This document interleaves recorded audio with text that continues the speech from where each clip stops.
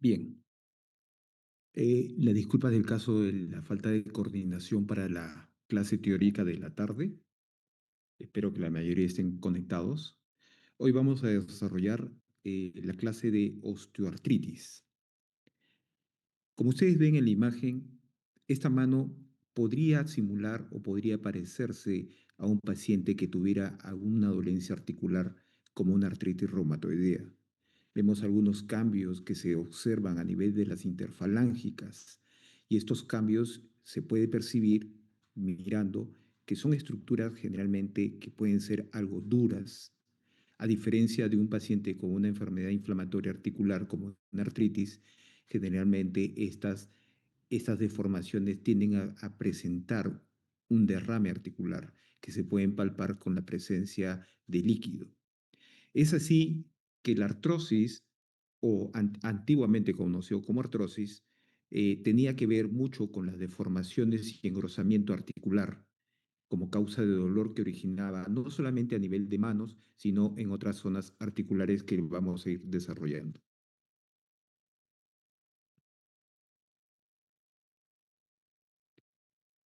¿Cómo definimos una osteoartritis? Antiguamente se conocía como artrosis, osteoartrosis, y actualmente sabemos que se le ha puesto el sufijo itis porque existe algún componente inflamatorio dentro de esta deformación o alteración del cartílago que se da en las articulaciones. El Colegio Americano de Reumatología considera que esto va a originar síntomas y signos articulares que están asociados a alteración del cartílago articular, de tal manera que va a producir algunos cambios que se pueden percibir muy bien en estudios de imágenes como una radiografía simple de articulaciones. Si nosotros vemos hacia el lado izquierdo una articulación normal, esta consta de un cartílago indemne que se va a mirar o articular con el otro cartílago, y vamos a tener también un líquido sinovial en el espacio articular. Este líquido sinovial, por lo tanto, va a bañar toda la zona cartilaginosa y es producto de la producción de la membrana sinovial que está en color celeste. Esta articulación se encuentra protegida o contenida por una cápsula articular.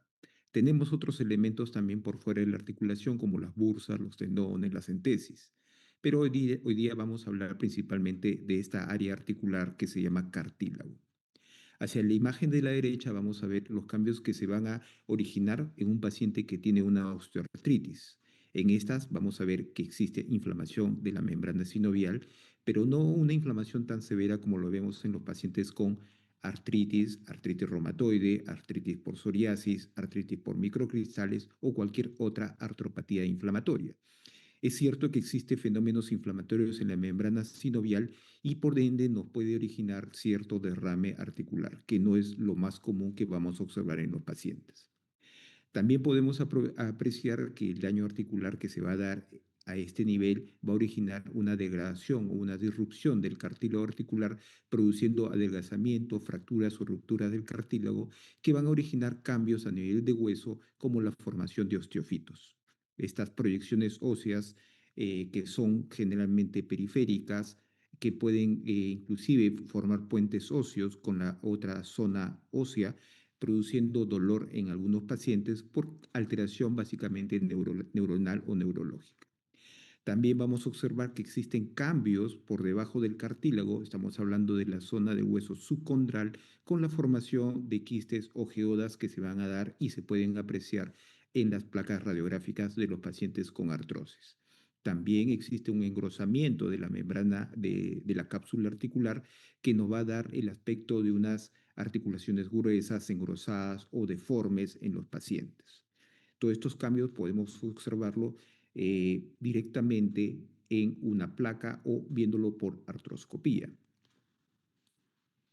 Aquí tenemos un cartílago articular eh, normal, bien conformado, la zona del hueso subcondral en color amarillo, y vamos a ir viendo cómo se va originando estas disrupturas del cartílago articular con fracturas, exposición de partículas de cartílago y comienza el hueso subcondral también a sufrir algunos cambios. En estos cambios que se pueden dar por hipoxia o alteración de la circulación, sobre todo en pacientes que tienen enfermedades metabólicas, no van a originar mayor deterioro del cartílago articular. Aquí podemos observar un cartílago ya mucho más fracturado, más roto, ausente, cambios del hueso subcondral con la formación de quistes que se dan a ese nivel y aquí ausencia del cartílago en un paciente que tiene artrosis. ¿Qué es lo que empuja al paciente a acudir a la consulta? Básicamente es el dolor. Todo paciente con artrosis o, disculpen, con osteoartritis se queja de dolor. Y es la principal causa de que el paciente acuda a la consulta para calmar el dolor. Este dolor tiene una característica de ser mecánico, o sea, tiene un patrón mecánico. Por ejemplo, si el paciente tiene una osteoartritis de rodilla y el paciente está sentado, el paciente no va a sentir dolor, pero muchos de ellos se van a quejar cuando se levantan de la silla o cuando empiezan el movimiento. Esta característica del movimiento o característica mecánica es algo tan frecuente encontrarlo en los pacientes y hay que preguntarlo cuando uno tiene una sospecha de una osteoartritis, sobre todo a nivel de rodilla. El mismo fenómeno del patrón mecánico ocurre a nivel de manos en las zonas de las interfalángicas en las mañanas al despertar. Rigidez con dificultad o endurecimiento de las articulaciones que causan dolor en estos pacientes van a originar rigidez a nivel de dedos. Por otro lado, la osteoartritis me va a originar alteración funcional. El paciente ya no va a poder desplazarse de forma adecuada si tiene una osteoartritis en rodilla o tiene una osteoartritis a nivel de cadera o va a tener dificultad para poder utilizar sus manos de forma adecuada cuando tiene osteoartritis a nivel de las interfalángicas. Por lo tanto, esto va a originar una rigidez que tiene poca duración.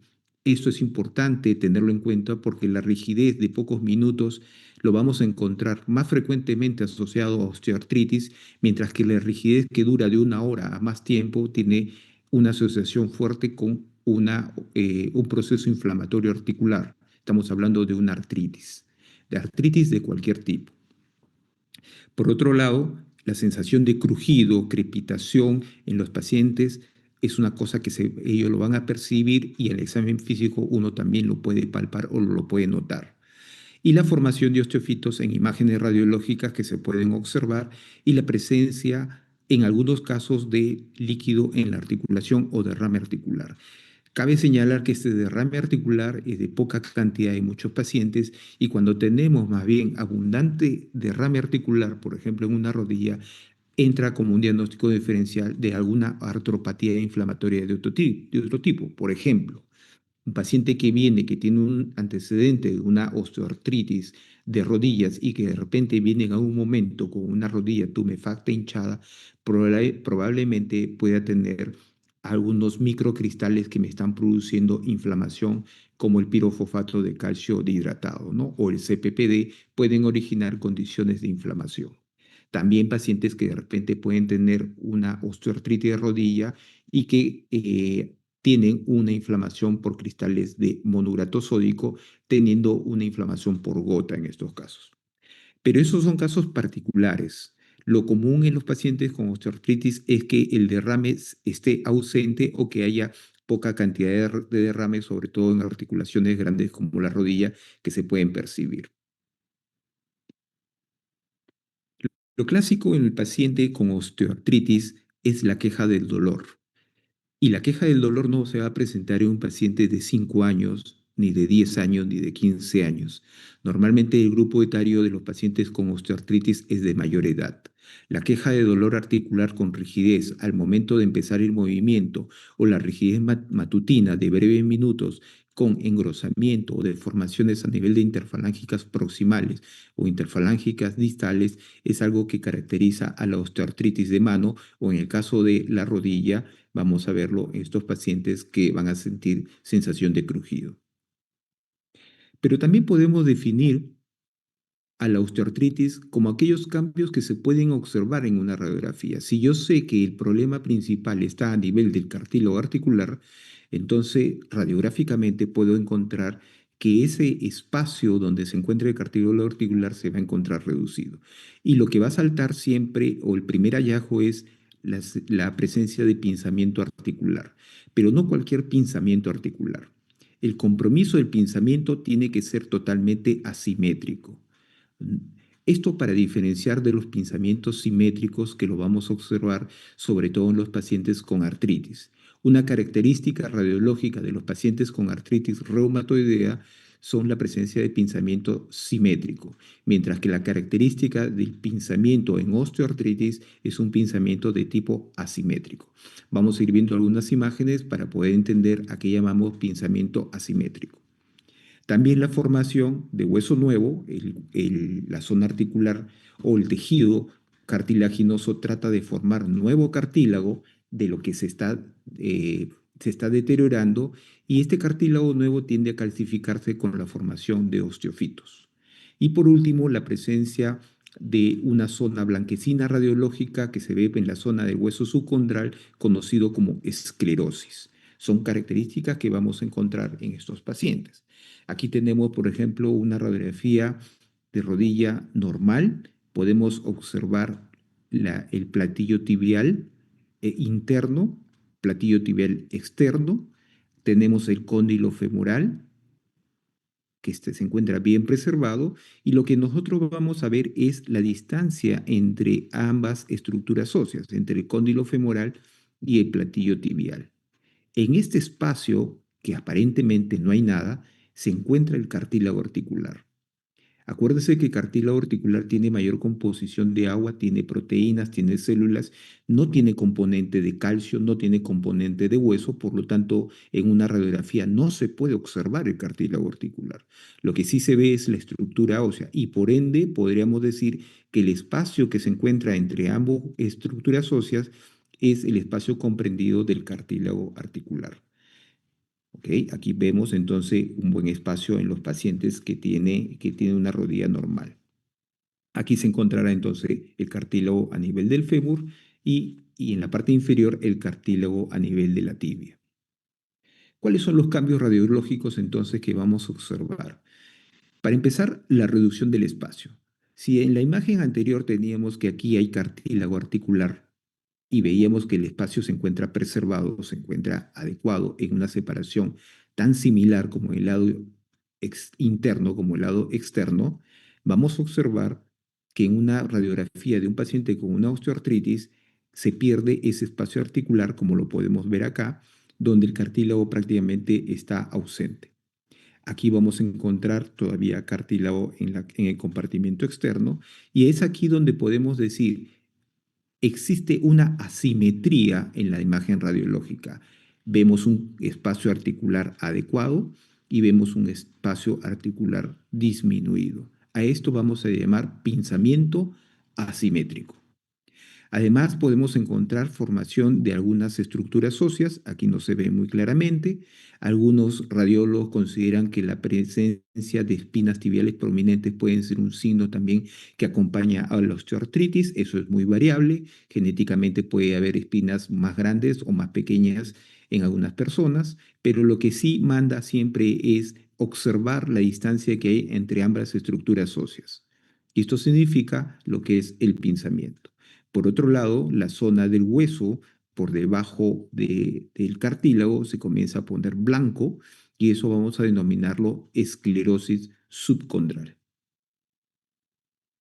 Aquí vemos una secuencia de un paciente con una osteoartritis de rodilla, donde vemos que inicialmente el espacio se encuentra preservado. Aquí encontramos ya cierta reducción del espacio articular si lo comparamos con el espacio interno, y aquí evidentemente existe un pinzamiento mucho más marcado.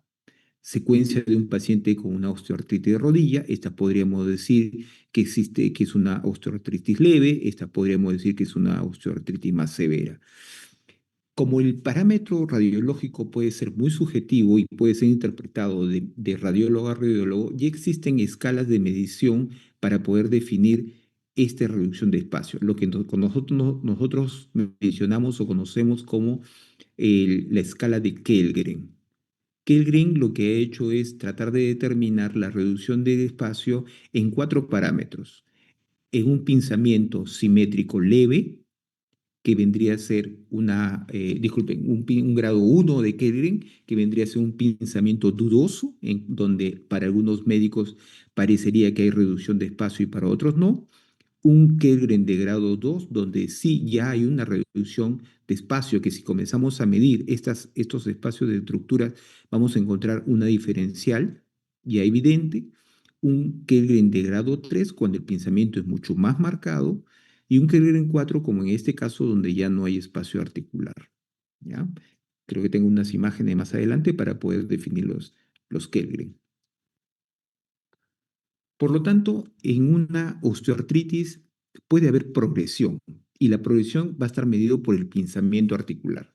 Uno pensaría que si yo tengo mayor pinzamiento articular voy a tener mayor dolor. Y muchas veces no ocurre eso. Podemos tener pinzamientos muy severos de la rodilla, pero el paciente tiene una evaluación del dolor de baja intensidad. Por lo tanto, eso se considera como una disociación clínica radiológica. Y al contrario, pacientes pueden tener un pinzamiento muy pequeño, pero un dolor muy intenso a nivel de la rodilla. Por lo tanto, el parámetro radiológico me puede servir como un parámetro de medición de la pérdida de cartílago, pero clínicamente voy a utilizar una escala visual análoga para poder ver qué tanto es la intensidad del dolor en el paciente.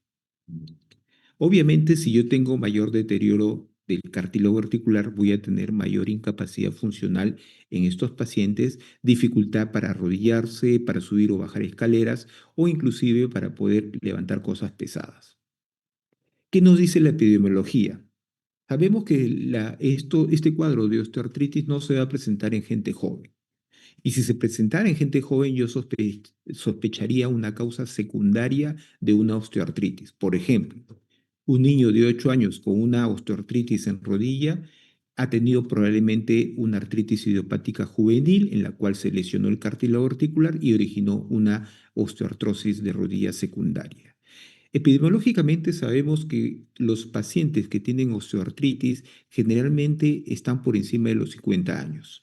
A mayor edad, mayor frecuencia o mayor prevalencia de encontrar mayor deterioro del cartílago. Y la diferencia que podemos encontrar a nivel de lo que son varones y mujeres es que las mujeres desarrollan más osteoartritis de rodillas y de manos, mientras que los varones desarrollan más osteoartritis de cadera, generalmente personas mayores.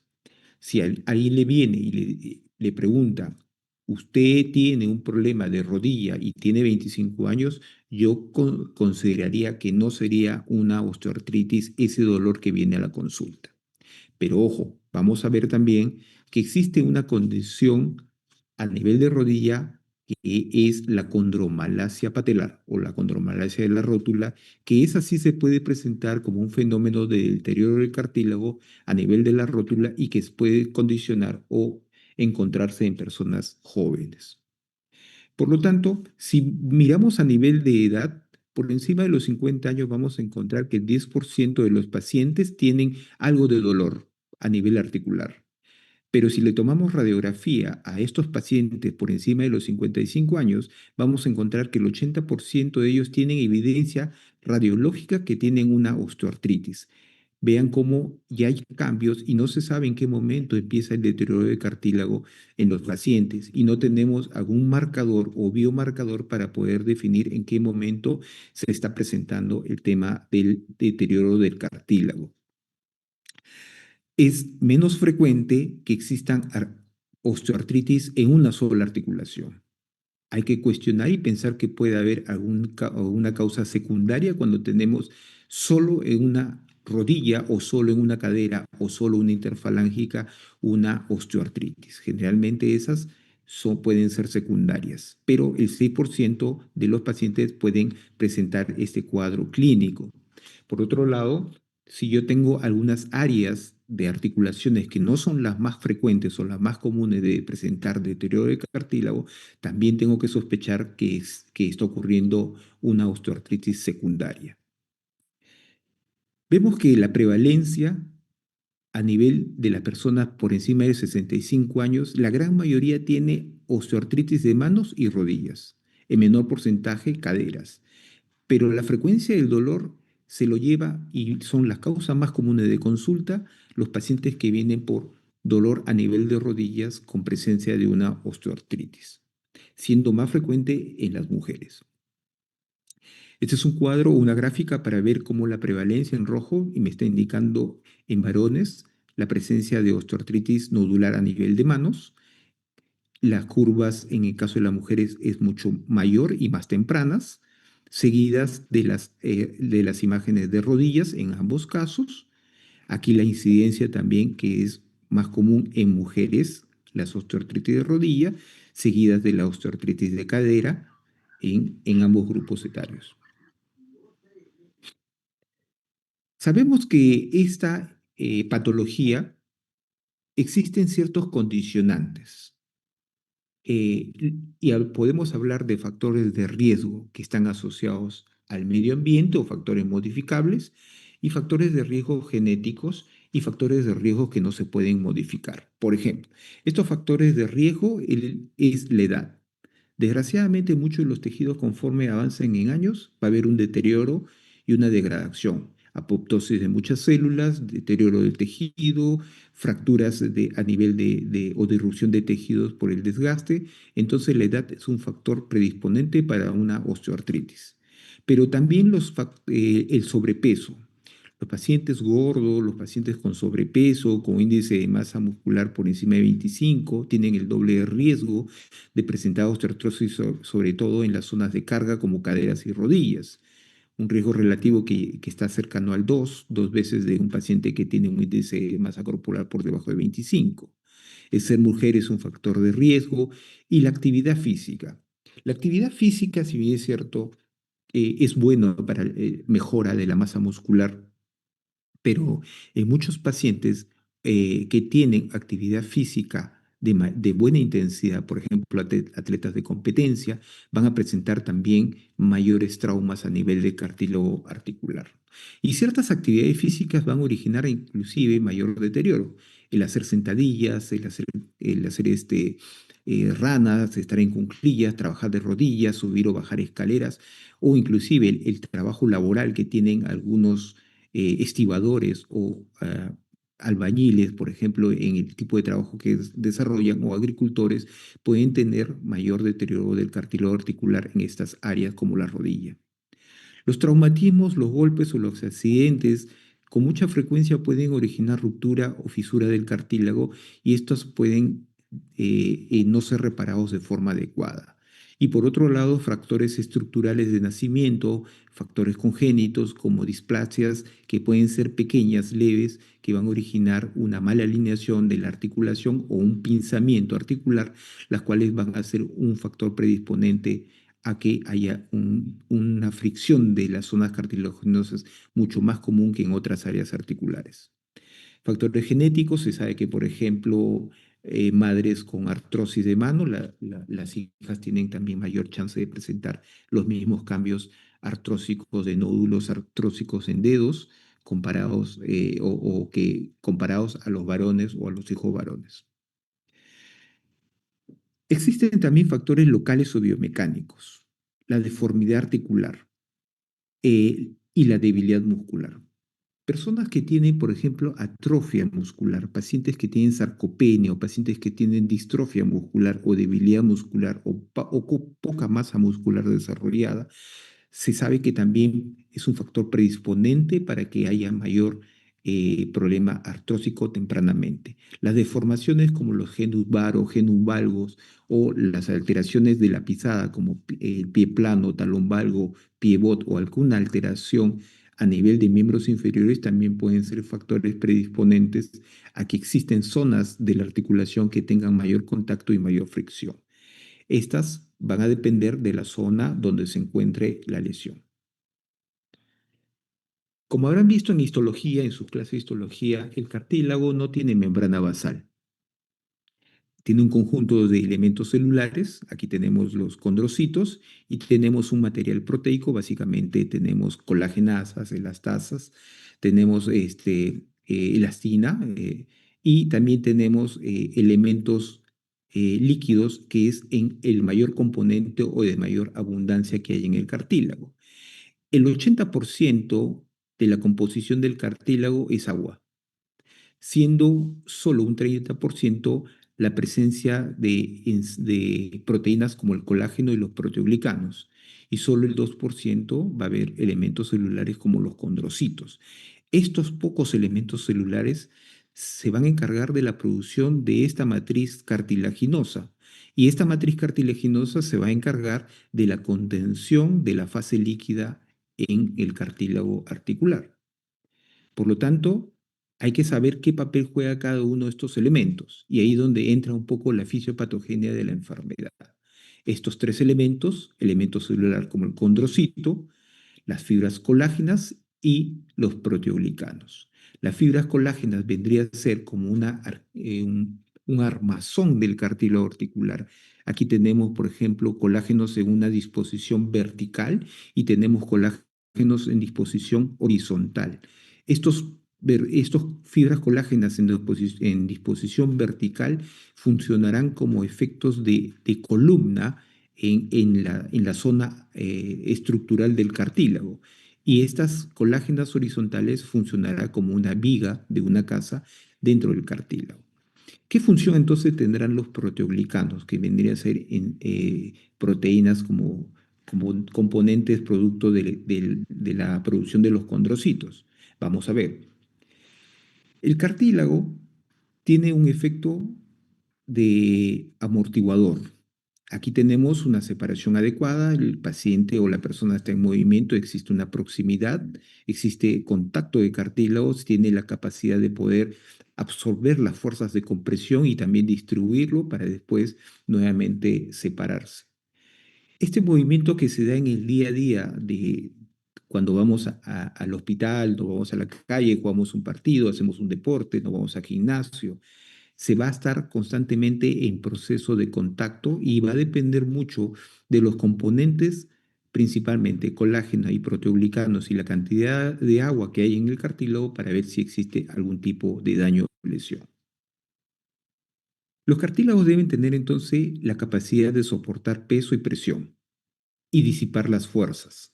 Por otro lado, tienen también la capacidad de comprimirse y expandirse.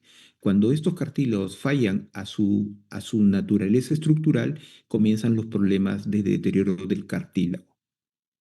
Los condrocitos, por otro lado, se van a encargar de la síntesis de fibras colágenas y de proteoglicanos, que son los componentes más importantes del cartílago. Y el cartílago, de por ende, sabemos que tiene 80% de composición de agua. Esa agua debe estar dentro del cartílago y por lo tanto es la que le va a dar un efecto de amortiguación cada vez que existen contactos entre ambos cartílagos. Las fibras colágenas entonces van a ser un armazón para el cartílago, se van a encargar del soporte del cartílago y permite que se comprime y se expanda, mientras que los proteoglicanos más bien son hidrofílicas, o sea, van a traer el agua y esto va a originar una hidratación adecuada del cartílago. Por lo tanto, la composición, si lo que veremos ver de forma esquemática, podemos ver entonces que el condrocito que fabrica proteoglicanos, ¿ya? Proteoglicanos, aquí, disculpen, aquí está la colágena, ¿ok?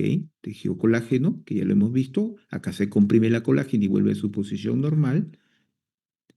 Estos proteoglicanos van a tener una función principal de atraer moléculas de agua. Estas moléculas de agua van a originar una hidratación del cartílago de forma adecuada. Si lo sumamos de forma esquemática, estos proteoglicanos, la colágena y las moléculas de agua, podríamos decir que esta es la composición normal de un cartílago articular. Esto es lo que se ve estructuralmente en un paciente, en una persona. Pero ¿qué sucede en los pacientes que tienen osteoartritis? En estos pacientes, el condrocito comienza a presentar alteración de la síntesis de colágeno y de proteoglicanos. El condrocito está sujeto también a traumas, está sujeto a hipoxia, está sujeto a falta de circulación, el condrocito está sujeto también a que haya una apoptosis o muerte celular propia, que los telómeros de los condrocitos probablemente sean más cortos y haya mayor deterioro de estos elementos celulares. Y por lo tanto, cuando comienza a alterar la función de los componentes de la matriz, va a originar que entonces las moléculas de agua se comiencen a incrementar más en el componente de cartílago. Por lo tanto, se va a ver un cartílago más hinchado, más hidratado. Y por lo tanto, al tener una estructura más hidratada, se vuelve más frágil. Y al tener mayor superficie de contacto, entonces va a haber mayor roceamiento en esta zona cartilaginosa. Y así podemos ver, por ejemplo, si recuerdan la imagen esquemática anterior, aquí tenemos los colágenos, ¿no? Cada vez con menos fibra, mayor acumulación de moléculas de agua, menos proteoglicanos porque los condrocitos producen metros proteoglicanos y comienzan a fracturarse las fibras colágenas o a romperse las fibras colágenas en toda la zona cartilaginosa, originando entonces esta disrupción de las fibras no solamente verticales, sino también horizontales, y las cuales van a originar entonces procesos inflamatorios o liberación de enzimas proteolíticas como metaloproteasas o partículas de degradación de cartílago que se van a exponer en el líquido sinovial y que pueden ser también estimulantes de la membrana sinovial para originar citoquinas inflamatorias. Aquí podemos ver entonces un cartílago normal. Aquí en esta otra imagen vemos un cartílago con una osteoartritis. Vemos claramente que existe una diferencia muy marcada, hay menos condrocitos. Este material es hueso que se ha formado dentro del cartílago articular. Vemos que, por ejemplo, aquí no podemos diferenciar dónde termina el cartílago articular. En esta parte podemos encontrar una imagen de división entre el hueso y el cartílago, pero en un cambio de una biopsia de cartílago de osteoartritis, estos espacios o estas secuencias se van a ir perdiendo. La fisiopatología entonces de cartílago articular empieza por una lesión mecánica.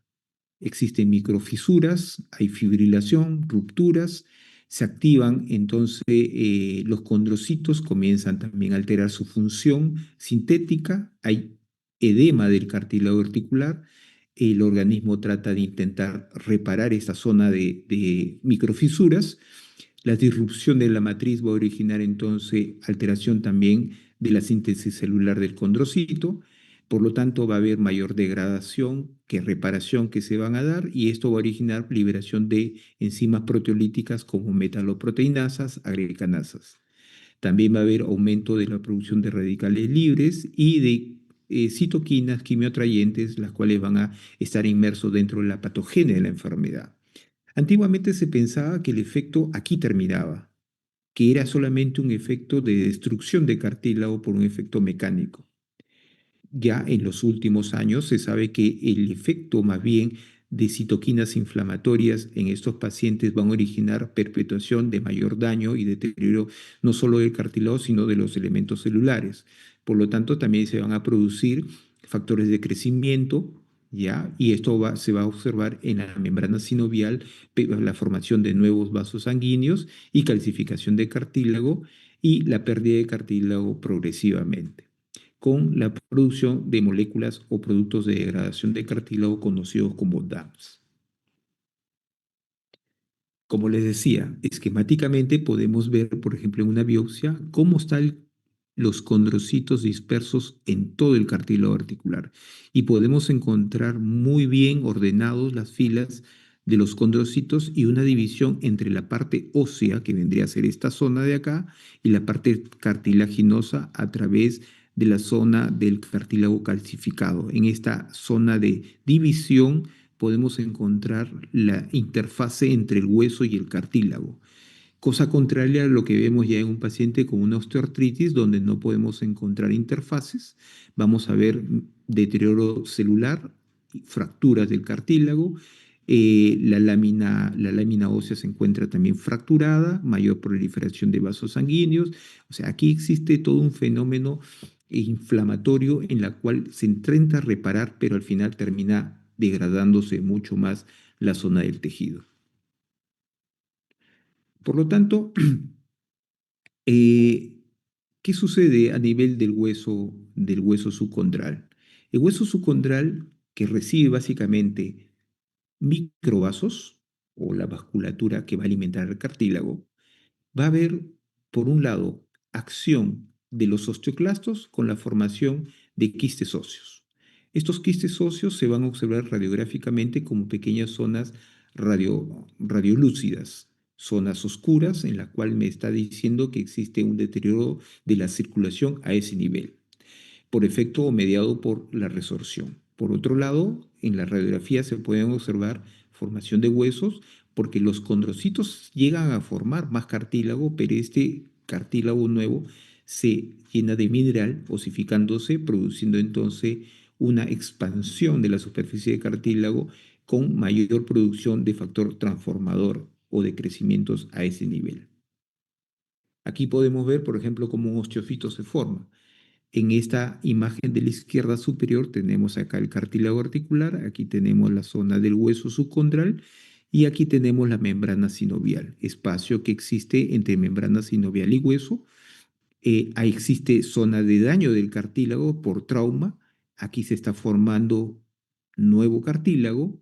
Este nuevo cartílago se va a ir depositando mineral osteoide. Vean ustedes, se ha formado buen cartílago, pero también la calcificación de cartílago sigue el paso de la formación de esta zona, produciendo al final una formación gruesa, calcificada, conocido como osteofito, que se observan en las imágenes radiográficas. ¿Existe entonces inflamación a nivel de la articulación? Sí, existe sinovitis. Y es que la presencia de linfocitos T y linfocitos B con infiltrado perivascular e hiperplasia de la membrana sinovial se va a observar, pero no en una cantidad tan importante como lo vemos en los pacientes con artritis. Existe, por otro lado, la producción de DAMPs, ¿no? Moléculas de acción de cartílago. Estos van a inducir mayor inflamación a nivel de la sinovia. Estos van a alterar los receptores tipo TOL, van a aumentar la transcripción del NF-kappa y producción de citoquinas como interleuquina 15, interleuquina 6, TNF-alfa, interleuquina 1 y quimioquinas como IL-8, CCL5, CCL19. En otras palabras, existe a nivel de membrana sinovial elementos que me van a inducir inflamación y por lo tanto va a originar mayor daño. Esquemáticamente podemos ver entonces en un cartílago articular, aquí en color celeste, aquí tenemos los condrocitos que sufren hipoxia. Estas alteraciones de la hipoxia va a originar lo que hemos mencionado, menor celularidad, mayor edema de cartílago, ruptura de componentes de cartílago y estos van a originar entonces estimulación de células de macrófagos que están en la membrana sinovial y por lo tanto van a originar mediadores inflamatorios que van a perpetuar entonces el daño inflamatorio dentro de la articulación. Aquí podemos ver también esquemáticamente cómo estos productos de degradación a nivel del cartílago van a estimular a los fibroblastos sinoviales y macrófagos a nivel de sinovia para la producción de citoquinas. Esto va a originar también alteración de los condrocitos, va a estimular la formación de nuevo cartílago que se calcifica formando osteofitos y también estimulación de células osteoclásticas, las cuales van a originar pues los cambios a nivel del hueso subcondral.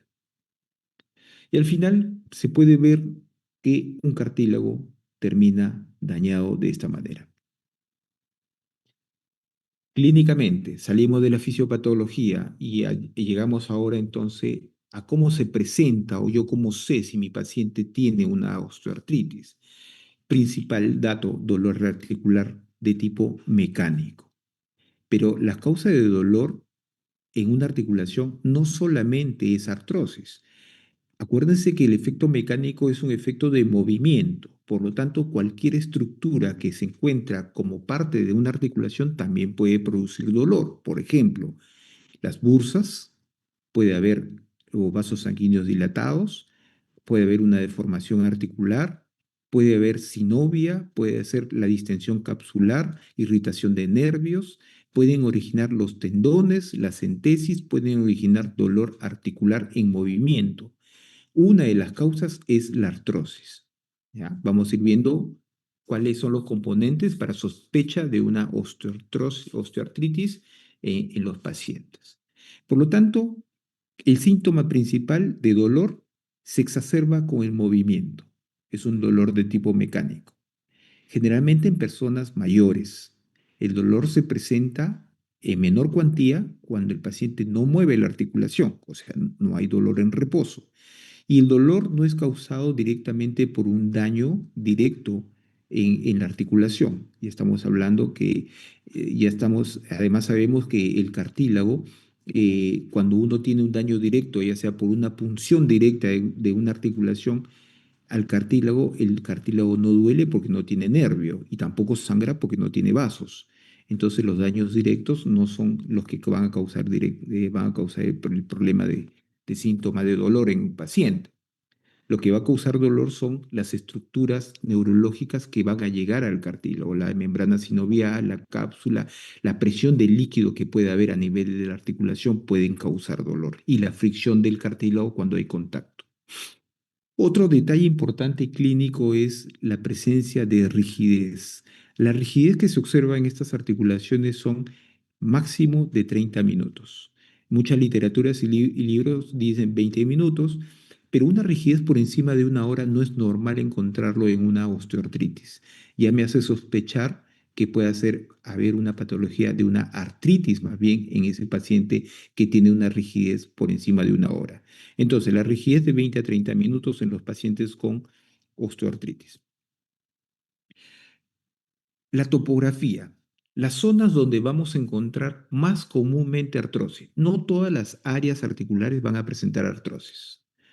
Las áreas más comunes de artrosis son la presencia de nódulos artrósicos en dedos y tienen nombres propios. Nódulos de Heberding o Everding en la parte distal y nódulos de Bouchard en la parte proximal.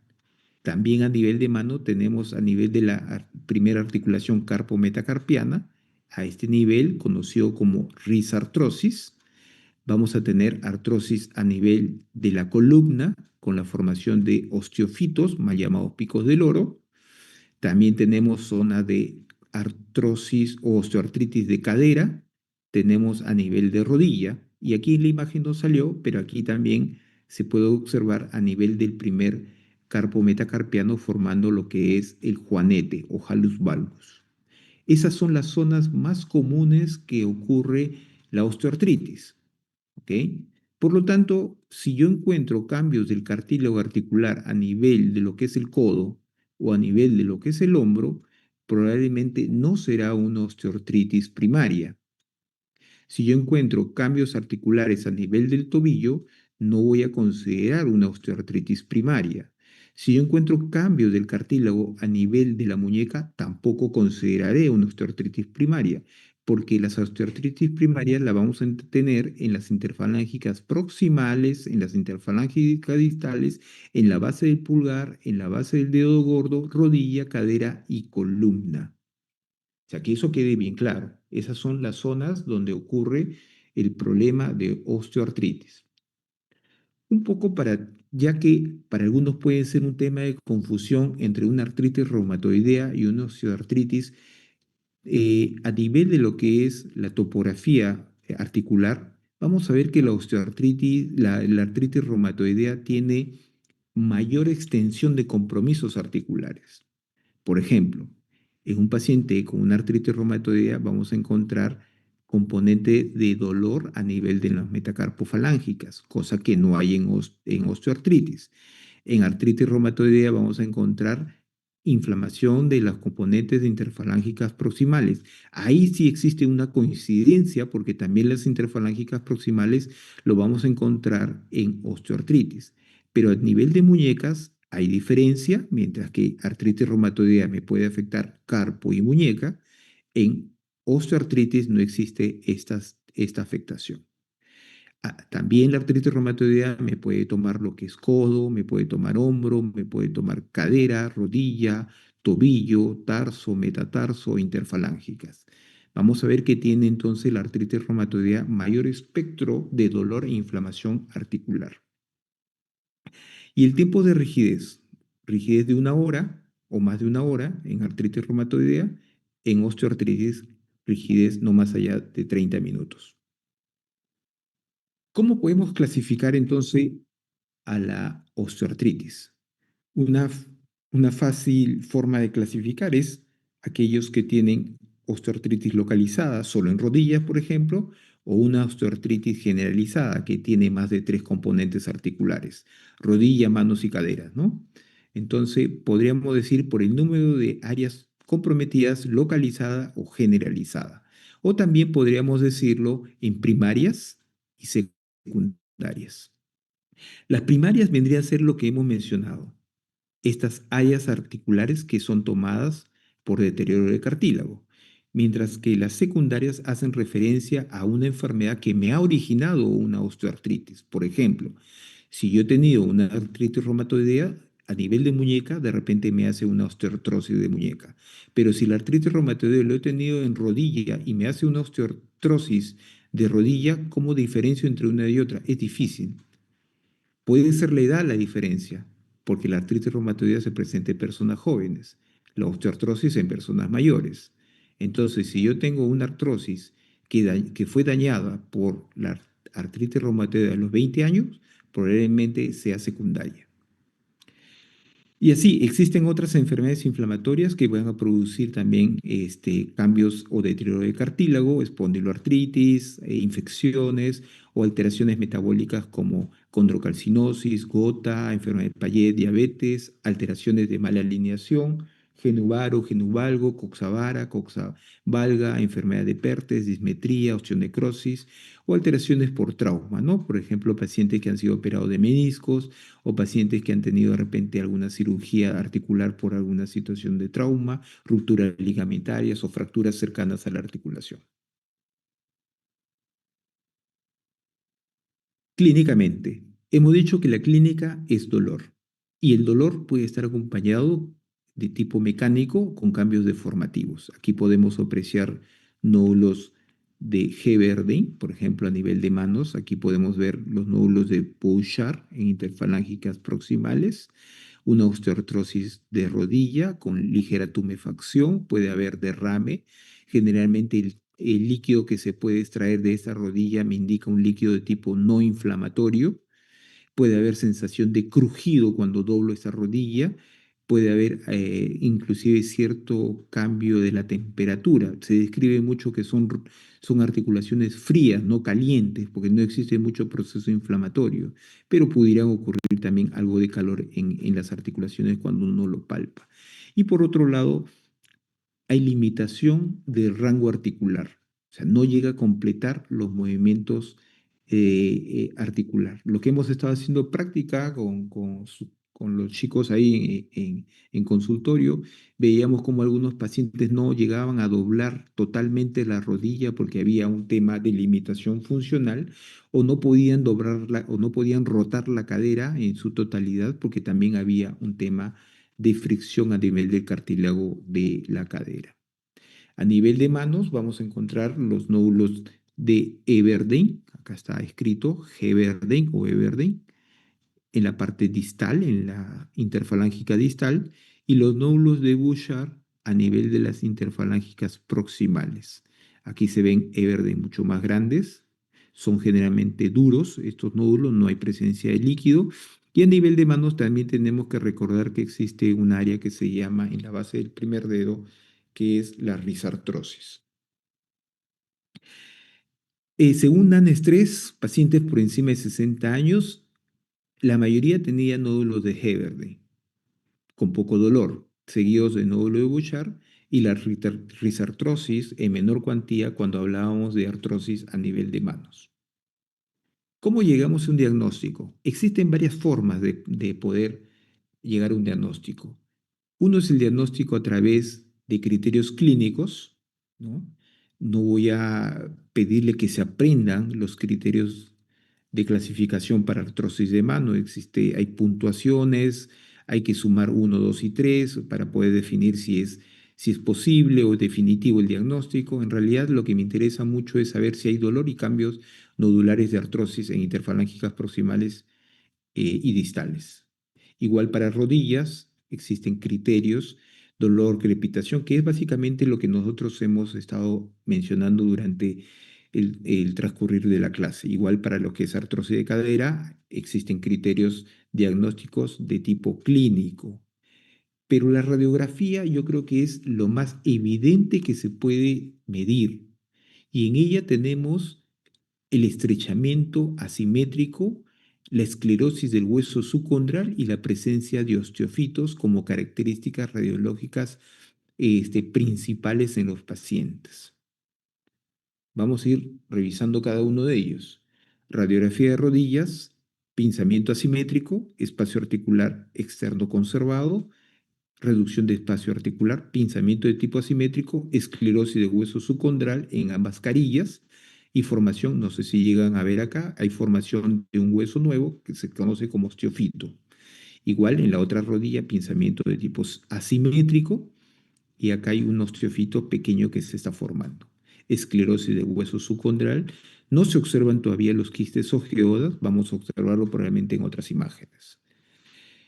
En la cara lateral de la rodilla podemos observar la rótula y en ella podemos encontrar la formación de hueso en esta punta, conocido como osteofito. Aquí tenemos un osteofito grande con reducción del espacio o que ambas articulaciones se aproximan, produciendo entonces una artrosis de la rótula conocido como condromalacia de rótula.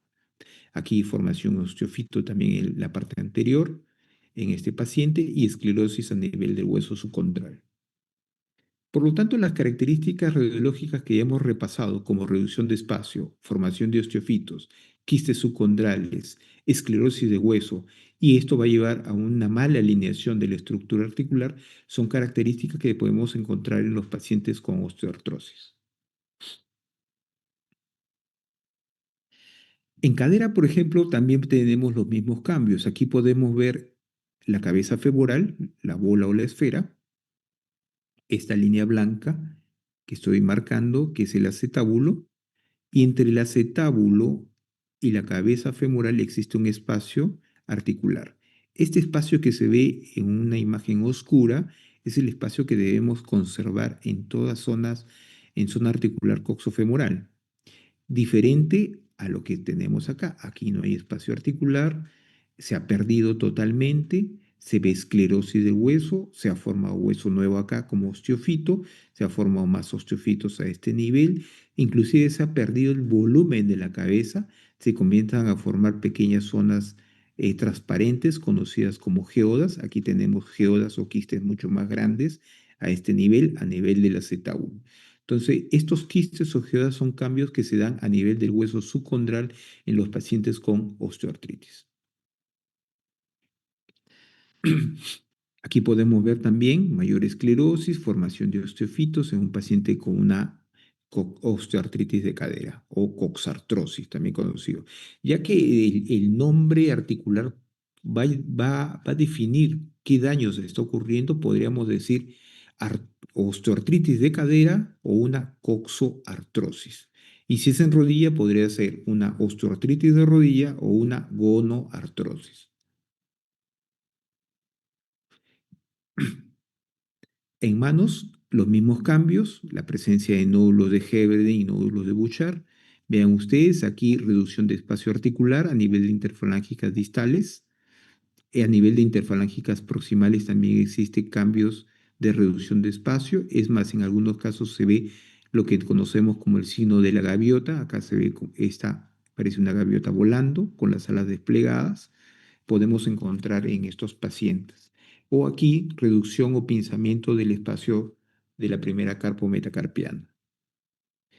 Aquí, reducción del espacio con esclerosis a nivel de la articulación del carpo y el metacarpo, que es de la primera articulación o carpo metacarpiana, vamos a encontrar deformación clínica y crujido en los pacientes a nivel de la base del pulgar. Es causa también muy común de dolor. En los últimos años se está describiendo mucho más estos cambios que se están dando a nivel del pulgar Probablemente sea por el uso del celular constantemente con el uso de los pulgares o la abducción del pulgar al momento de hacer apoyo de estos elementos celulares, qué sé yo, podrían estar originando mala alineación articular y por lo tanto una artrosis ya a futuro. A nivel de columna se describe mucho la presencia de osteofitos. Esta formación ósea, que algunos le dicen picos del oro, son generalmente, a veces son pequeñas, como esta de acá, o estas de acá, que son pequeñas, o pueden ser exuberantes o grandes como esta de acá, ¿no? Osteofitos que se van a presentar a nivel de columna tienen una característica peculiar, porque estos osteofitos, si ustedes ven, son de base ancha y son horizontales.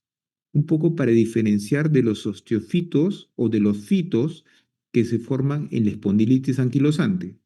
Los pacientes con espondilitis anquilosante también forman fitos, pero llamados sindesmofitos. Y esos sindesmofitos generalmente tienen una orientación vertical tratando de unir dos cuerpos vertebrales con una calcificación mucho más fina. En el capítulo de espondilitis anquilosante van a ver que la formación de caña de bambú se da básicamente por esta formación de sindesmofitos. Aquí tenemos más bien osteofitos que son de base ancha, son horizontales, son grandes. Algunos le pueden decir inclusive que son pinzas de cangrejo. En la vista lateral podemos ver también la formación de estos osteofitos que son generalmente gruesos, anchos y que se proyectan horizontalmente. Más osteofitos gruesos, acá no hay contacto, acá tienden a querer juntarse, pero existe un cuadro clínico que se conoce como la enfermedad de Dish, que vendría a ser la hiperostosis esquelética difusa. Es un cuadro muy peculiar porque en ella sí existe información de osteofitos grandes, enormes, que hacen puente óseo en tres cuerpos vertebrales, generalmente de un solo lado. No es bilateral, generalmente de un solo lado. Ojalá tengamos la oportunidad de ver alguna radiografía de Dish en la práctica con los chicos en estas semanas de práctica en consultorio. Muy bien. Hasta aquí, ¿alguna pregunta antes de pasar al tratamiento? No, doctor, todo claro. ¿Sí? Si está todo claro, yo pregunto entonces. Ya estoy. La pregunta va a ser en el examen. Bien, hablemos de tratamiento. Como sabemos que el síntoma principal en una osteoartritis es el dolor, el tratamiento va dirigido a controlar el dolor. Pero como sabemos que fisiopatológicamente existe daño articular, entonces el tratamiento también va dirigido a preservar ese cartílago articular, porque es el órgano blanco donde se está sufriendo el problema de degradación o destrucción. Por lo tanto, un cartílago que yo pueda controlarlo, pueda recuperarlo, sería la mejor opción de tratamiento. Desgraciadamente, hasta ahora no existe ese tratamiento para este cartílago deteriorado o que se forme nuevo cartílago. Existen muchas opciones en investigación que se están trabajando para tratar de promover o estimular formación de cartílago. Y no se dejen engañar cuando le comienzan a comentar sobre células madre, cuando le comienzan a comentar sobre plasma rico en plaquetas, con estimulación de sangre y se transfusiones y se coloca, o sea, todos son no hay ninguna evidencia clínica que funcione para mejora del cartílago articular en esas situaciones. ¿Ya? Entonces, hasta el momento no existe ningún tratamiento dirigido exactamente hacia el cartílago. Todo lo que vamos a mencionar son medicamentos que van dirigidos al dolor y algunos de ellos que tienen un efecto de tratar de modificar la evolución del daño de cartílago, para que la evolución del cartílago no sea tan rápido el deterioro y por otro lado tenga más bien un efecto analgésico, ahorrador de antiinflamatorios o de analgésicos que se usan para el manejo del dolor en los pacientes. Ok, entonces empecemos. Lo primero que se hace en un paciente con una osteoartritis es modificar su estilo de vida. Si yo tengo un paciente que es obeso, voy a tener que reducirlo de peso. Si es un paciente que tiene una masa muscular adelgazada, tiene sarcopenia o masa muscular o no hace ejercicios, voy a tener que mejorar esa zona muscular. Si es un paciente que tiene ya mucho deterioro, voy a tener que ponerle pues un bastón, una muleta o un apoyo para que no haya mayor presión de la zona de la articulación. El tipo de alimentación y estilo de vida es importante en los pacientes con osteoartritis, ¿ok? Eso es lo primero que tenemos que hacer, educar al paciente, enseñarle de qué se trata esta situación y comenzar a corregir el estilo de vida y comenzar a hacer ejercicios, pero que no deterioren más el cartílago. Como segundo paso es hacer un poco de rehabilitación. Sabemos que la terapia física, a diferencia de la terapia farmacológica, es menos dañina. Por lo tanto, el ejercitar zonas musculares como cuádriceps, en el caso de artrosis de rodilla, facilita o mejora bastante los síntomas de dolor a ese nivel. El mejorar la zona de lo que es pantorrillas también ayuda bastante al tema de lo que es articulación de rodillas. La mejora de glúteos, evitar las posiciones a nivel de cuadrado lumbar o lesiones de cuadrado lumbar para el tema de columna, también es importante.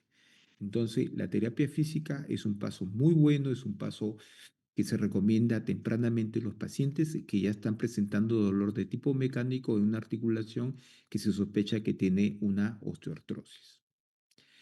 El segundo paso en un paciente que ya comienza a presentar mayor dolor es el uso de antiinflamatorios no esteroideos.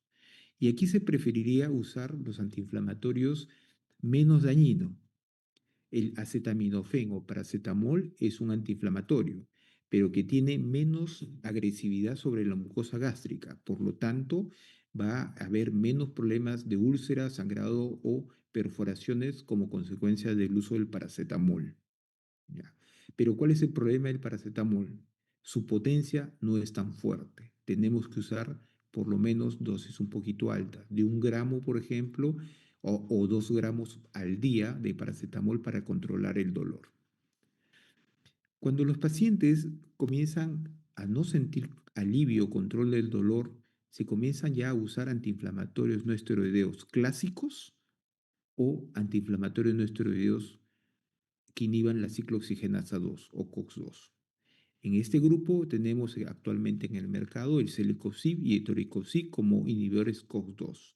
Pero los antiinflamatorios clásicos tenemos desde el uso de ibuprofeno, naproxeno, diclofenaco, meloxicam, ketoprofeno, desketoprofeno, etcétera, etcétera, etcétera. Tenemos un montón de antiinflamatorios clásicos. ¿Son buenos? Claro que son buenos para controlar el dolor. Pero ¿cuál es la contraparte de los antiinflamatorios clásicos? Es que cuando yo lo uso por largo tiempo, tengo mayor chance también de presentar problemas ulcerosos, gástricos o de sangrado digestivo. Entonces, la recomendación siempre es usar el antiinflamatorio por el menor tiempo de uso, o sea, usar solamente el tiempo necesario y tratar de usar menos el antiinflamatorio o la menor dosis posible. Como sabemos que los antiinflamatorios no esteroideos tienden a producir mayor problema digestivo, sobre todo a nivel de estómago, comenzaron a ver que los inhibidores de la ciclooxigenasa 2 tienden a producir menos problemas ulcerativos. Eso no quiere decir que no lo produzcan, también lo producen. Pero si comparamos los trabajos entre el uso de un diclofenaco y un celecoxib, vamos a ver que los pacientes que usan más diclofenaco van a hacer más problemas ulcerosos que los pacientes con celecoxib. Van a ser menos, pero no quiere decir que no lo hagan, también lo hacen. Por lo tanto, todo paciente que tiene antecedente de problemas digestivos hay que tener mucho cuidado, ya sea con un COX-2 o con un antiinflamatorio tradicional. Y es ahí donde se comienzan a usar inhibidores de bomba de protones como omeprazol, esomeprazol, lansoprazol, pantoprazol, para tratar de controlar los síntomas digestivos que pueden producir los antiinflamatorios no esteroideos. ¿Ok?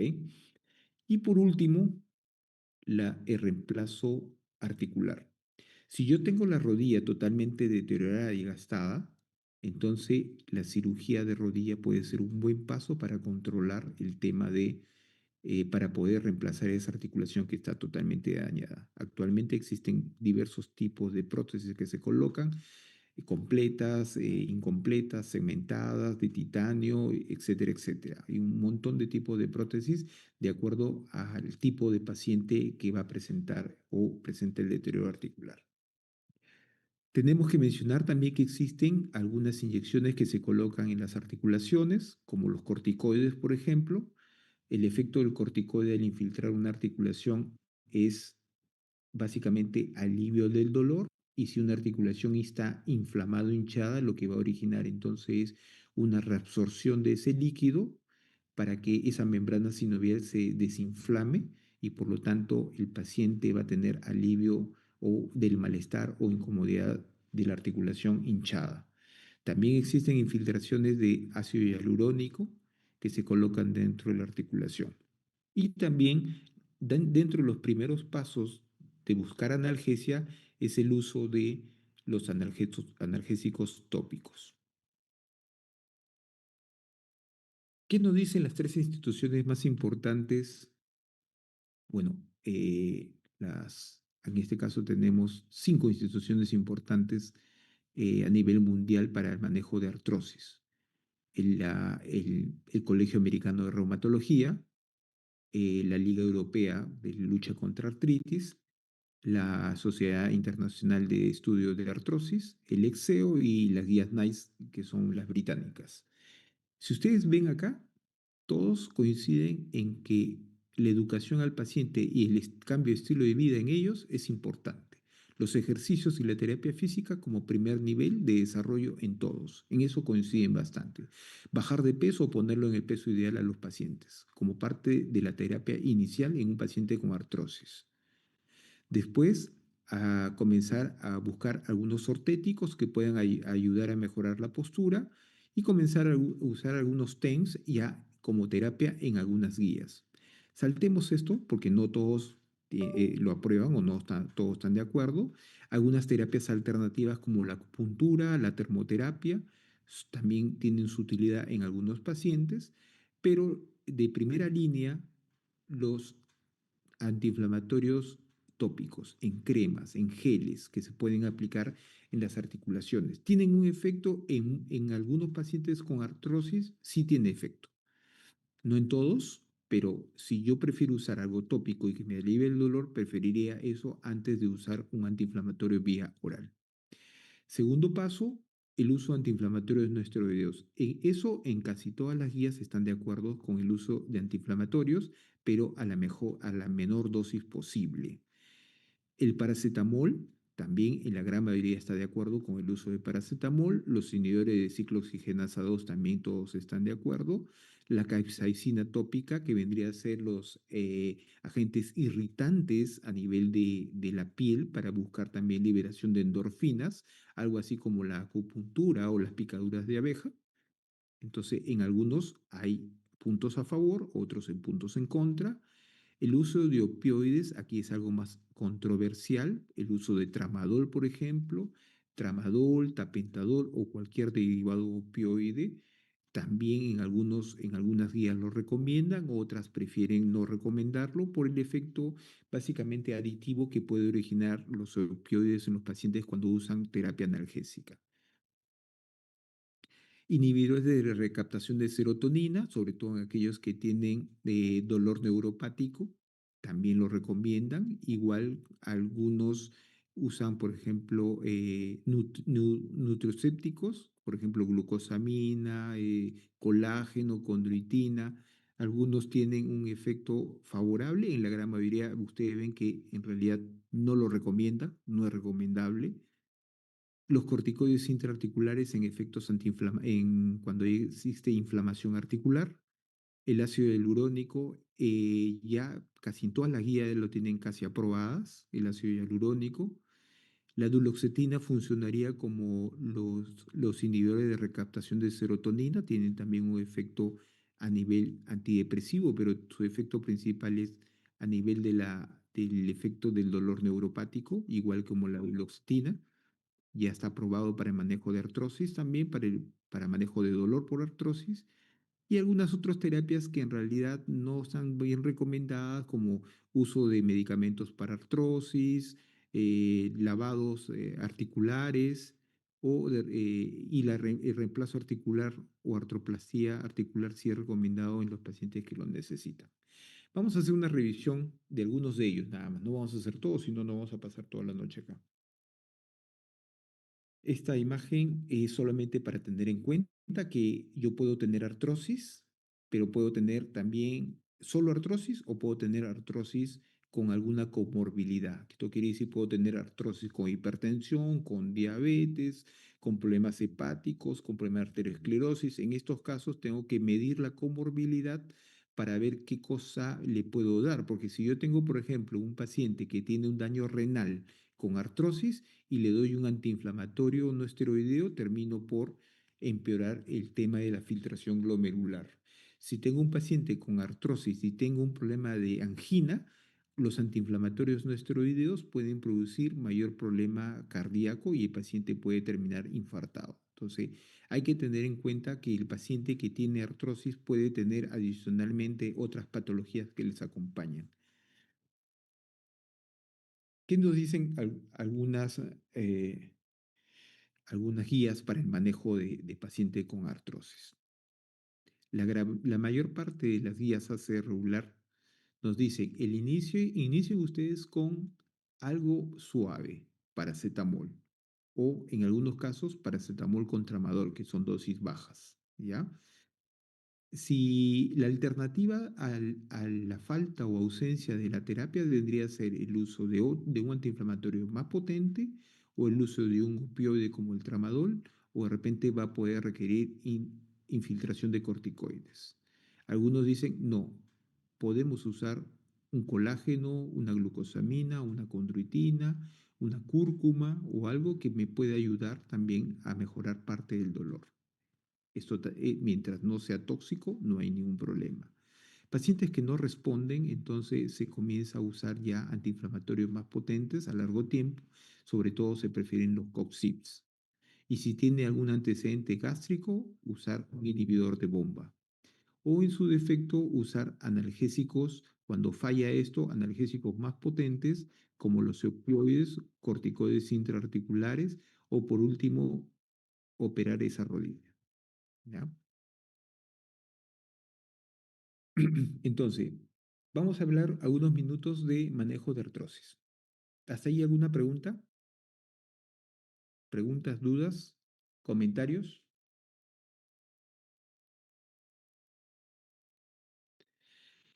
Bien, sigamos.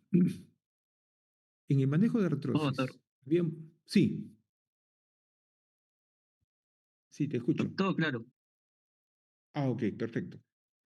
Ya, el manejo de artrosis. Entonces, para no ser repetitivo lo que hemos conversado, eh, inicialmente, ejercicios físicos, bajar de peso, mejorar la masa muscular, poner de repente un bastón para reducir riesgo de caídas en aquellos pacientes que tienen de repente cierta limitación al movimiento, usar compresas frías o calientes para reducir el calor y ver la opción de terapias farmacológicas, ¿no? Tenemos analgésicos no opioides, tópicos, inyecciones articulares, opioides, AINES y terapias alternativas. Fortalecimiento, hay muchos trabajos que te refuerzan el hecho de que el mejorar la masa muscular es fundamental para controlar el dolor en artrosis. Eso no lo vamos a discutir. Eso ya está bien claro. Los ejercicios tienen que ser cortos, repetitivos, de 15 a 30 minutos, 3 veces por semana, que pueden ser como caminatas, de salir a caminar alrededor de un parque, 15 a 20 minutos, que mejora la resistencia muscular, mejora la velocidad, te da mejor equilibrio al paciente y evita lo que es caídas. Hay programas que pueden ser en piscinas, como hidrogimnasia, o pueden haber programas de ciclismo con o sin tensión mínima. Dentro de los antiinflamatorios o analgésicos de primera línea, hemos mencionado el paracetamol o acetaminofén, que tiene menor efecto tóxico comparado con los demás antiinflamatorios. Segundo paso, el uso de antiinflamatorios no esteroideos, que pueden ser los clásicos o también conocidos como no selectivos, o el uso de inhibidores COX-2, sobre todo en pacientes que tienen mayor riesgo gástrico, pacientes con antecedentes de úlcera, dispepsia o problemas de gastritis, y tratar de usar la dosis más baja que se pueda en los pacientes, tratar de usar una protección en aquellos pacientes que tienen de repente algún antecedente previo o que tengan riesgo de alteración gástrica. Evitar el uso de antiinflamatorios en pacientes que tienen daño renal, insuficiencia renal, por ejemplo, o que tengan insuficiencia cardíaca, pacientes con edema, pacientes que tienen alteraciones hepáticas o problemas que estén teniendo como úlceras digestivas. Este es un cuadro donde se puede ver, por ejemplo, dos antiinflamatorios eh, conocidos, ibuprofeno y paracetamol o acetaminofén, dos antiinflamatorios que se comenzaron a evaluar en los pacientes con artrosis. Se midieron escalas de incapacidad funcional como el HAC, se midió la caminata en 15 metros, el dolor en reposo, dolor al caminar y también la evaluación del dolor a través del HAC, ¿no? Esos cinco variables se le dio a un grupo de pacientes y se vio cómo respondían. Al parecer, en la parte de incapacidad todo iban igual, pero en la parte de caminata se veía que, por ejemplo, pacientes que usaban ibuprofeno a dosis más altas tenían mejor resistencia o dolor, o menor dolor a la caminata de 15 metros.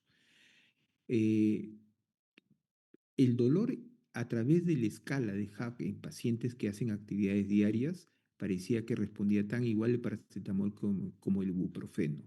Pero siempre cuando había actividad física, el ibuprofeno era superior al paracetamol.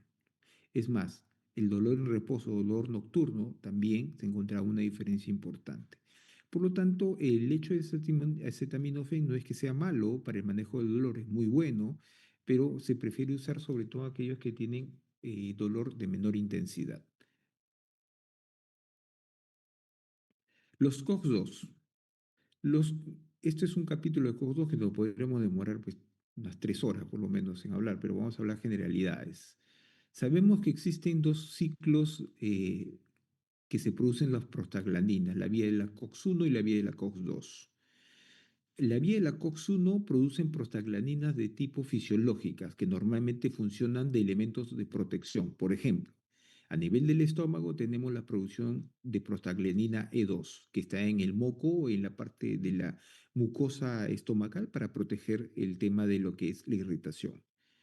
Y a nivel del filtrado glomerular tenemos la prostaglandina I y la prostaglandina E que sirve para lo que es el filtrado glomerular. Cuando uno usa un antiinflamatorio no esteroideo, lo que va a hacer es bloquear estas prostaglandinas en general y entonces comienzan a tener ya menor defensa a nivel del moco o menor tasa de filtración en el riñón y por lo tanto pueden llevar a daños tanto renales como gástricos. La ciclooxigenasa 2 no tiene mucho efecto a ese nivel, por lo tanto podríamos decir que tiene mejor efecto sobre el estómago, o sea, evitando menos daño y también menos alteración en el riñón, pero se sigue dando de la misma manera, o sea, se sigue manteniendo el mismo riesgo. Por eso, en pacientes con tasa de filtración glomerular bajo es preferible no usar antiinflamatorios ni COX-2 ni COX tradicional, ni antiinflamatorios tradicionales. Recordemos que los antiinflamatorios también tienen alteración de la agregación plaquetaria. Por lo tanto, si el paciente está usando algún anticoagulante, hay que tener bastante cuidado. Tienen efectos colaterales produciendo edema, daño cardiovascular y por otro lado, si quiero usar en un paciente que pueda tener algún riesgo gástrico, tengo que adicionarle un inhibidor de bomba o el misoprostol para proteger el tema de mucosa gástrica. Una alternativa a los antiinflamatorios no analgésicos y que no producen efecto de inhibición de prostaglandinas, por lo tanto no tiene efecto a nivel de mucosa gástrica, es el uso de los opioides. El tramadol, por ejemplo, no tiene efecto a nivel ulcerogénico, por lo tanto no es como los antiinflamatorios, no va a producir ese efecto de gastritis o de úlcero de sangrado, pero se sabe que los opioides pueden producir náuseas, vómitos, pueden originar estreñimiento o somnolencia en los pacientes. Entonces son efectos colaterales que a veces a algunos pacientes les es muy incómodo y por lo tanto prefieren no usar los opioides. Y algunos han tenido mala experiencia con algún opioide tramadol y entonces ya no desean usarlo. Y es que no es que sea malo el opioide, lo que pasa es que también hay que saber usar el opioide. Lo que nosotros hacemos es titular la dosis del opioide. Empezamos con dosis más bajitas y vamos incrementando progresivamente la dosificación para evitar los efectos colaterales en el paciente y tratando de buscar un punto de equilibrio donde se encuentre ya alivio del dolor para no subir más la dosis del opioide. En este caso, por ejemplo, podemos titular tramadol en gotas y después pasar a dosis bajas o a dosis moderadas. Cuando uno usa tramadol de dosis regulares, por ejemplo, 50 miligramos o 100 miligramos para calmar el dolor, lo que el paciente va a sentir es automáticamente sensación de náuseas, vómitos, mareos, o le cae mal al paciente dicha pastilla. Sigamos. Otro opioide más potente, ya saliendo del tramador, que es de menor intensidad, es el uso de codeína y oxicodona, hasta llegar al tema de uso de morfina y fentanilo, ¿no? Ya eso lo usamos para dolores un poco más incapacitantes en los pacientes. Agentes tópicos, creo que esto era la primera parte, el uso de compresas frías o calientes, los tópicos que también funcionan, los que contienen metilsalicilatos, tienen también un efecto de calentar la zona articular y también producen alivio del dolor. Eh, Inyecciones. Las inyecciones pueden ser de corticoides o inyecciones de ácido hialurónico. La de corticoides es preferible usarlo para el paciente que tiene derrame articular y que tiene buen alivio del dolor. Se pueden usar hasta 3 o 4 inyecciones al año. No es necesario usar 3 o 4, ojo. Si con una sola inyección el paciente siente alivio, es suficiente colocarlo una sola vez. Pero si el paciente puede requerir otra inyección, hay que replantear qué cosa es lo que está ocurriendo en esa articulación que requiera otra vez de inflamación. De repente tiene una artritis y no se está haciendo un diagnóstico adecuado porque se está inflamando en una segunda o tercera oportunidad la articulación. Las inyecciones de ácido hialurónico no causan un efecto inmediato, alivian el dolor, sí, pero el alivio es después de varias semanas. Mejora por el tema de la viscosuplementación, o sea, es un líquido viscoso que se coloca dentro de la articulación y que mejora la viscosidad dentro del líquido sinovial y por lo tanto la fricción de los cartílagos articulares es menos intensa y por lo tanto eso va a originar menos fricción y menos ruptura de cartílago. También tiene un efecto antiinflamatorio, se ha encontrado, tiene un efecto analgésico que viene en las semanas posteriores. No es adecuado infiltrarlo en una articulación hinchada porque puede originar mayor dolor. Y otro inconveniente es que son de costos muy altos, ¿no? Estamos hablando de una inyección que puede estar costando en promedio unos 1.500 soles.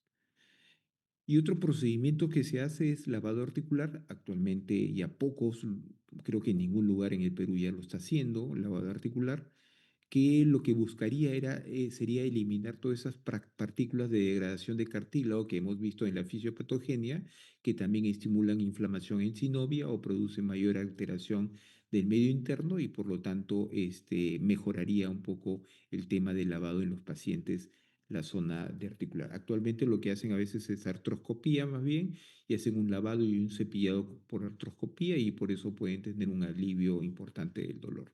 O sea, cambiaron de las bolsas grandes que inyectábamos en rodilla a un aparatito que entra pues como una hidrolavadora en rodilla con artroscopía.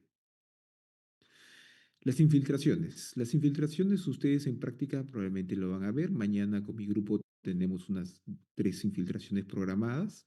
Vamos a ver, por ejemplo, infiltraciones, no sé si mañana venga una cadera, pero hay que entrar al espacio articular, que puede ser por la vía supratrocantérica o por la vía anterior a nivel de la zona del espacio articular, siempre teniendo en cuenta que existen estructuras vasculares y neurológicas que pueden causar daño al momento de hacer la punción. Existen puntos de referencia para poder entrar a la zona articular. En rodilla es mucho más fácil. Aquí podemos ver, por ejemplo, cómo se está infiltrando por debajo de la rótula. Esta es la rótula. Aquí entramos en el espacio articular y el paciente tiene alivio del dolor. O sea, lo que se inyecta es o el corticoide o el ácido hialurónico. Otras sustancias que se pueden usar, unas palabras nada más, como la glucosamina. La glucosamina se sabe que, por ejemplo, es una sustancia que lo usa el condrocito para sintetizar mayor elementos. Esta glucosamina entonces tiene un efecto de eliminar algunos radicales superóxidos y algunas enzimas catabólicas que tienen que ver con la destrucción o degradación del cartílago y podrían tener entonces un efecto beneficioso. Tiene, por ejemplo, algún efecto antiinflamatorio. Estos efectos a nivel metabólico o anticatabólicos son básicamente teóricos, pero no se ve que por estudios de resonancia magnética no se ven que haya una ganancia importante del volumen cartilaginoso cuando usamos pues estas sustancias. Otra sustancia que también se usa con mucha frecuencia es los insaponificables de palta y soya. En ellos son sustancias, productos tanto del aceite de la palta y el aceite de la soya, las cuales se han encontrado un efecto antiinflamatorio de inhibición de interleuquina 1, de estimular la síntesis de colágeno y que su principal efecto vendría a ser el efecto analgésico que se obtiene también después de varias semanas de uso. No ocurre ese efecto en todos los pacientes, pero me podría ayudar a ahorrar antiinflamatorios para evitar los temas de gastritis o úlcera. Y por último, tenemos ya las terapias quirúrgicas, donde podemos hacer una artroscopía para lavado articular. Una artroscopía es de alto costo, una osteotomía cuando tenemos deformaciones articulares o una prótesis o sustitución total de la articulación cuando el dolor ya es intratable. El paciente que ha pasado por uso de analgésicos, antiinflamatorios, opioides, infiltraciones y el paciente persiste con el problema articular de dolor, esta sería la opción, la última opción para poder brindarle al paciente un reemplazo articular de rodilla. Para terminar, entonces, primero tenemos que estar seguros que cuando un paciente viene con dolor en una articulación sea la artrosis lo que le duele y no sea una tendinitis o una bursitis o sea cualquier otra estructura, cualquier otra estructura blanda que pueda causar dolor. El tratamiento inicial va a ser modificación de estilo de vida, ejercicios, perder de peso, analgésicos suaves o de menor potencia como el paracetamol, agentes tópicos, frío, calor o antiinflamatorios tópicos. Si no hay mejora, uso antiinflamatorios vía un poquito más intensos, incluyendo lo que es el COX-2 y infiltraciones ya sea con corticoides o con ácido hialurónico en los pacientes, uso de estas sustancias como colágeno, glucosamina o derivados de palta y soya o cúrcuma podría tener un efecto beneficioso a ese nivel. Y por último sería pues el reemplazo articular en los pacientes. Creo que esta es la última. ¿Alguna pregunta?